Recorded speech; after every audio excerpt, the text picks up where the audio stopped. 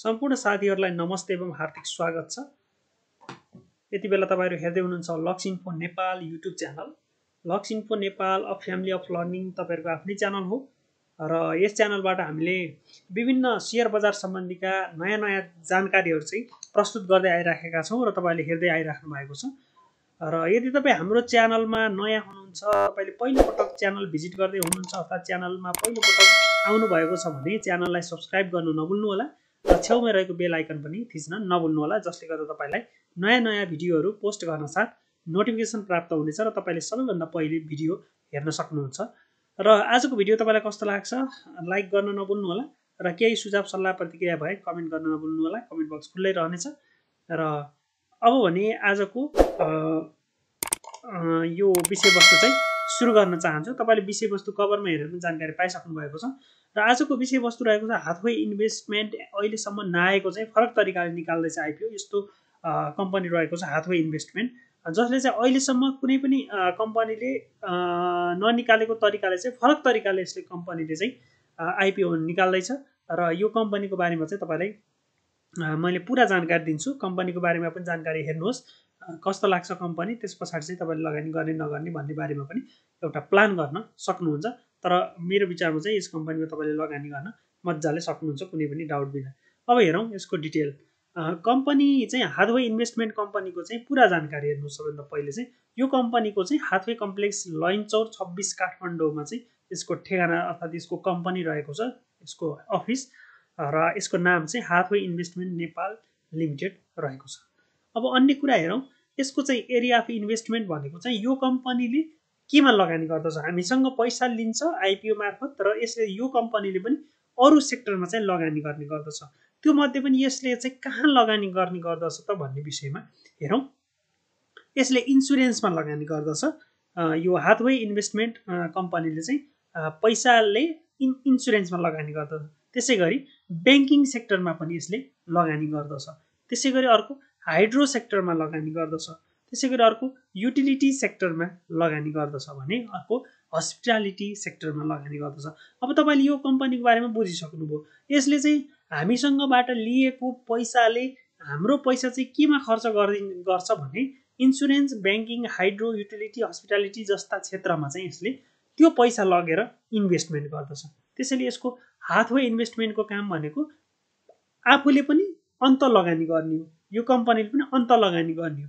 हुन त सबै कम्पनीहरूले त्यसरी नै अन्त लगानी गरेर नै प्रतिफल दिने हो। त्यस्तै चाहिँ यो हाथवे इन्भेस्टमेन्टले पनि यी यस्ता सेक्टरमा चाहिँ लगानी गर्दछ र लगानीकर्तालाई प्रतिफल दिने हो। त्यसैले तपाईले यो कम्पनीमा चाहिँ लगानी गर्ने नगर्ने भनेर यति हेरिसकेपछि चाहिँ तपाईले जानकारी पनि पाइसक्नु भएको छ पक्कै पनि। अब अन्य जानकारी हेरौं। यही कम्पनीको बारेमा अन्य धेरै कुराहरू मैले राखेको छु। नाम चाहिँ यसको Hathaway Investment Nepal Limited HINL रहेको छ, हाथवे इन्भेस्टमेन्ट नेपाल लिमिटेड। त्यसैगरी यसको अपकमिङ आइपिओ भनेको 29,25,000 किता रहेको छ। 29,25,000 किता रहनेछ र यो इन्भेस्टमेन्ट सेक्टरको हो र यसले चाहिँ शेयर आइपिओ डेट भने फिक्स भइसकेको छैन र यसको सिम्बल HINL रहनेछ भने शेयर पर किता चाहिँ यसले 50 रुपैयाँ मात्र राखेको छ। शेयर चाहिँ पर किता 50 रुपैयाँ मात्रै राखेको छ। अब तपाईले यसको चाहिँ टोटल इस्यु एमाउन्ट चाहिँ कति हुने भयो त 14,62,50,000 को चाहिँ यसको इस्यु हुने भयो। 29,50,000 किता चाहिँ 14,62,50,000 रुपैयाँ बराबरको चाहिँ यसको इन्भेस्टमेन्ट ले चाहिँ यो हाथवे इन्भेस्टमेन्टले चाहिँ आइपिओ निकाल्नेछ भने 29,25,000 किता चाहिँ टोटल आइपिओ निकाल्नेछ। अब the company has purpose to issue 29,25,000 अथवा 1000 share in the purpose IPO issue. यो भइसकेको चाहिँ छैन हैन, यसको चाहिँ 14,62,25,000 रुपैयाँको चाहिँ आउने हो है त। यसको चाहिँ ग्लोबल आइमी क्यापिटल लिमिटेडले चाहिँ इस्यु म्यानेजरको रूपमा चाहिँ काम गर्नेछ भनेर यसको आजको तपाईलाई म डिटेल यसको देखाउँछु। एजिएममा चाहिँ कम्पनीले राखेको प्रस्ताव चाहिँ मैले जस्ताको तस्तै यहाँ लिएर आएको छु। विशेष प्रस्तावमा चाहिँ कम्पनीको अधिकृत तथा चुक्ता पुँजी वृद्धि गरी प्रबन्ध र नियमावली संशोधन गर्ने रहेको थियो भने कम्पनीको प्रबन्धमा कायम उद्देश्य थप गरेर प्रबन्धको तर्फ 6 घलाई परिवर्तन गरी यो त सबै कुराहरू त्यहाँ पढ्नु पनि पर्छ र यहाँ तपाईलाई मुख्य मैले देखाउन खोजेको चाहिँ 4 नम्बरको कम्पनी हेर्न सक्नुहुन्छ। त्यसैगरी अर्को यहाँ कम्पनीले चाहिँ पुँजीमा कति प्रतिशतले बोनस दियो भन्ने कुरा यहाँ हेर्न सक्नुहुन्छ। सञ्चालक समितिले प्रस्ताव गरे बमोजिम चुक्ता पुँजीको 25% का दरले बोनस सेयर प्रदान गर्ने निर्णय पारित गर्ने भनेको छ। यो 25% चाहिँ पहिलेको सेयर जसको छ त्यसलाई चाहिँ 25% गरेर चाहिँ बोनस दिइसकेको पनि छ भनेपछि कम्पनीको बारेमा तपाईँले जानकारी धेरै जानकारी पाइसक्नुभयो। र यसको चाहिँ कम्पनीको जारी पुँजी रु 1,17,00,00,000को मात्र 12.5%ले हुने रकम रु 14,62,50,000 रुपियाँ बराबरको चाहिँ 29,25,000 किता साधारण सेयर चाहिँ बिक्रीको लागि सार्वजनिक निष्कासन गर्ने भनेर एजिएममा प्रस्ताव राखेको थियो। र यो सँगै चाहिँ हाथवे इन्भेस्टमेन्ट नेपाल लिमिटेडले यस सम्बन्धमा चाहिँ आज 2078 सालको कार्तिक 14 गते आइतबार ग्लोबल आइएमईको काठमाडौँ नक्साल स्थित कार्यालयमा आयोजित एक कार्यक्रम बीच चाहिँ कम्पनी र क्यापिटल बीच चाहिँ सम्झौता भएको छ।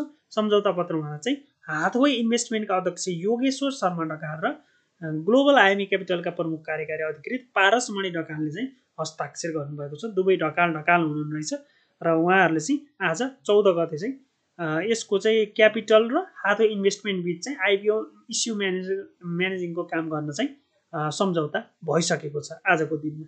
भनेपछि यो कम्पनीको चाहिँ एकदमै छिटो अब आइपिओ निष्कासन हुनेछ। यसले चाहिँ बोर्डमा लगिसकेपछि चाहिँ यसको आइपिओ निष्कासन हुनेछ।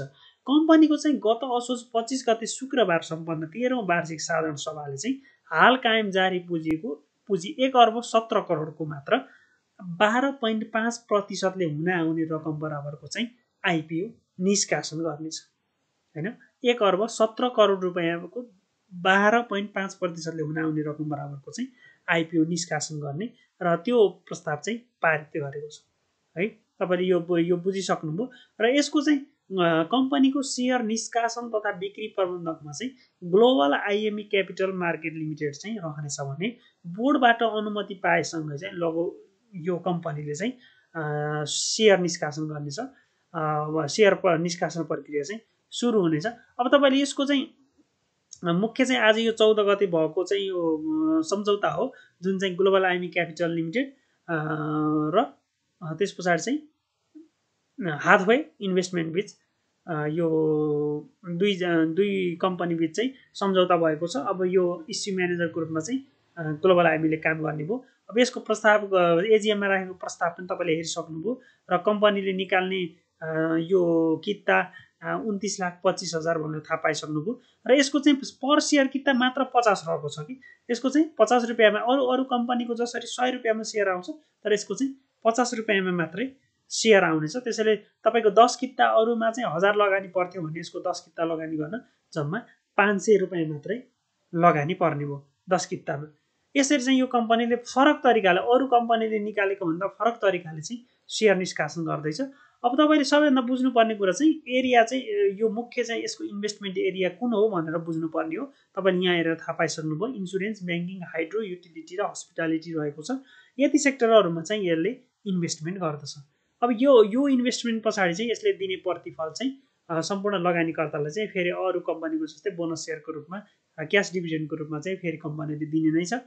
र यो फरक तरिकाले निकाल्ने कम्पनीको बारेमा जानकारी पाएसँगै अन्य तपाईँलाई केही डाउट लागेको वा कुनै कुरा जानकारी हुन छुटेको केही कुराहरू छन् भने चाहिँ तपाईँले कमेन्ट बक्समा राख्न सक्नुहुन्छ र त्यसको रिप्लाई पनि अवश्य प्राप्त गर्नुहुनेछ। तपाईँले यो एजिएमको प्रस्ताव पनि पज गरेर हेर्न सक्नुहुन्छ।